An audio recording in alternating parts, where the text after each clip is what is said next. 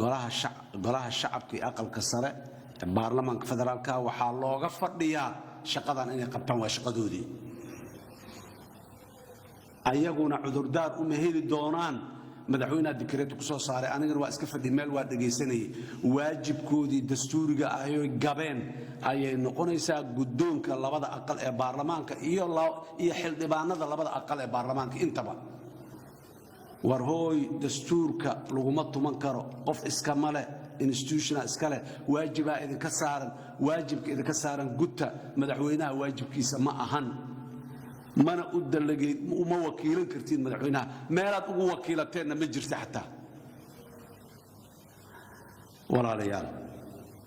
war dowladnimada aan ilaalino war qiimi badan inoogu fadhidaa dayacaad ma gasho ninkan walaalkeena madaxweynaha hadduu qaldan yahay baarlamaankiyow gacanka qabashadiisaad leedihiina gacanta ka qabta sharci dejin adika iska leh sharci wax ka bedel baarlamaankaa leh oo labada aqal ka kooban maanta madaxweyne maxamed cabdulaahi farmaajo ma lahan idinka dhaafi mayso eedeeda waxbaa ku leedihiin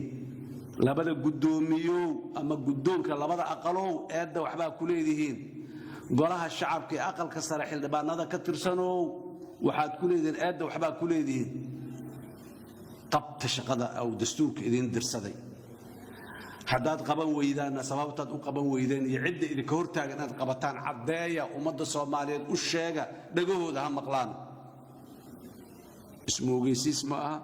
isdhinac marid ma aha dalkan dikareeto laguma xukumi karo madaxweyne maxamed cabdulaahiyow dikareeto laguma xukumi karo soomaaliya wakhtiga dikareeto lagu xukumayey maanta meesha aan joognay dikareeto dalka lagu xukumana soo dhigtay yeeli mayno